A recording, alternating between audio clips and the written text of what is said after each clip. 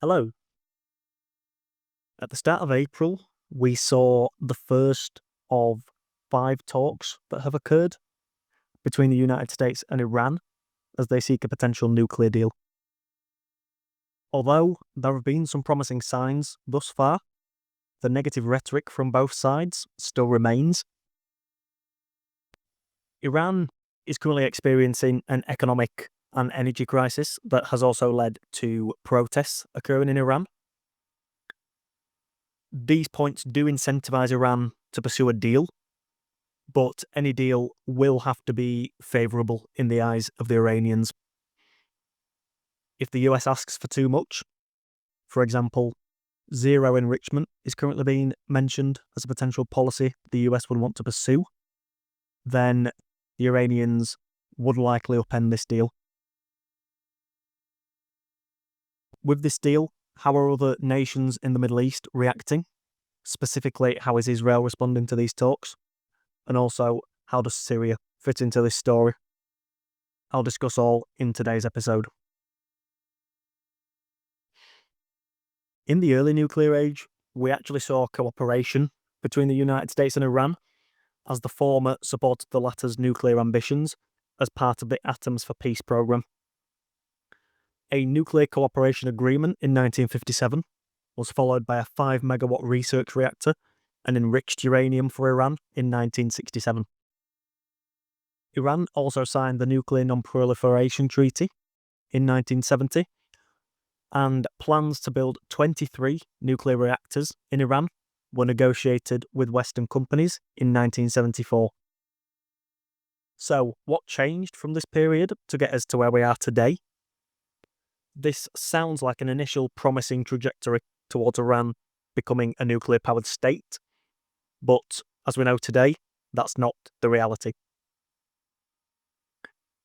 So, the Islamic Revolution in 1979 and the subsequent hostage crisis saw US-Iran relations collapse. Western companies withdrew, and the Iranian nuclear program slowed due to a lack of expertise and equipment. This period of nuclear stagnation in Iran's history ended when Russia agreed to complete Iran's Bushehr reactor in 1995, which led to US sanctions against both Iran and Russia. Iran insisted the program was a peaceful project, but when nuclear enrichment is involved, the United States doesn't wish to take any chances.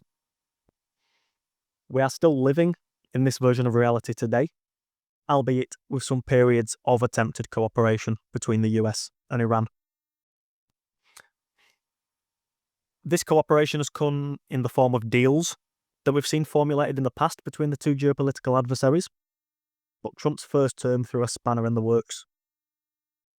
The Joint Comprehensive Plan of Action, also called the JCPOA, was formulated starting in 2013. This involved Iran, the United States, the UK, France, Germany, Russia, and China, and it saw Iran's uranium enrichment limited to 3.67%. It saw reduced centrifuges for Iran by 2/3, and it allowed inspections of Iran's nuclear sites. In return, the Iranians were granted sanctions relief and access to global markets. However, Trump's spanner into the works arrived in 2018 when he withdrew from the deal, calling it, quote, the worst deal ever. He imposed harsh sanctions as a part of his maximum pressure campaign, and with no deal, Iran began to breach JCPOA enrichment limits. In the following years, tensions continued in the Middle East involving Iran, as we saw attacks against Saudi Aramco and the Qasem Soleimani assassination. When Biden came into office, he did attempt to restart JCPOA, but indirect negotiations stalled over Iran's demand to have the IRGC removed from the US terror list. In the aftermath of this, we saw Iran expand its nuclear enrichment to 60%. So, with Trump back in office, the likelihood that the JCPOA is pursued once again is incredibly unlikely. but Trump's administration are engaged in new talks. What have these talks involved, and where are they heading? So the US and Iran, as I discussed in the introduction, have met 5 times so far in these talks. The first talk was held in Oman and was led by Steve Witkoff and the Iranian foreign minister. This came as a result of a letter that Trump sent to Khamenei. The talks were described as constructive, and Iran reportedly proposed a 3-step plan to reach a deal. Firstly, Iran stated that they would lower enrichment temporarily to 3.67% in return for access to frozen financial assets and for the ability to export oil. Secondly, Iran would permanently halt high-level enrichment, would allow UN inspections, and would also allow surprise inspections at undeclared sites. This would only occur if the US lifted sanctions, and if the UK, Germany, and France didn't trigger a snapback of UN sanctions. It's worth noting that if these talks do fail, France has threatened to trigger the snapback mechanism. Finally, as a part of this Iranian plan, US Congress would approve the nuclear deal, and the US would lift primary and secondary sanctions. Iran would then transfer its stockpiles of highly enriched uranium to a third country. Witkoff, much to the surprise of the Iranians, reportedly welcomed all of these proposals. But a few days after this, the Iranian-Russian Treaty on Comprehensive Strategic Partnership was signed. I do wonder if the third country that Iran would wish to transfer its stockpiles of highly enriched uranium to could well be Russia. So, moving on to the second talk. These talks were also mediated by Oman, but they were held in Rome. In the aftermath of these talks, the Israeli Air Force reportedly conducted drills simulating an Iranian missile attack on Israeli bases. A week after the second talks, the third talks were held in Muscat in Oman. It's in this meeting that both sides began to formulate a potential framework for an agreement.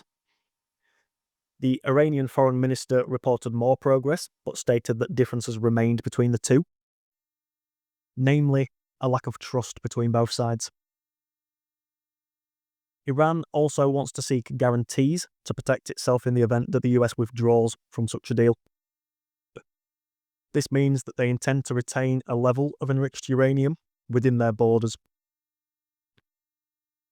Moving on to the fourth talk now, and these were initially set for the 3rd of May in Rome, but these were postponed, with the reason being the Iranian support for the Houthis in Yemen.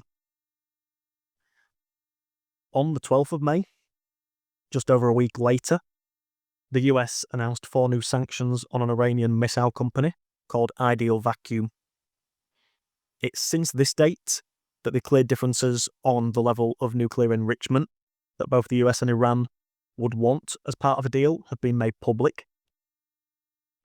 Trump wishes for Iran to fully dismantle any nuclear enrichment, which, as I stated earlier, is currently at 60%, while the Iranians do wish to maintain a level of enrichment.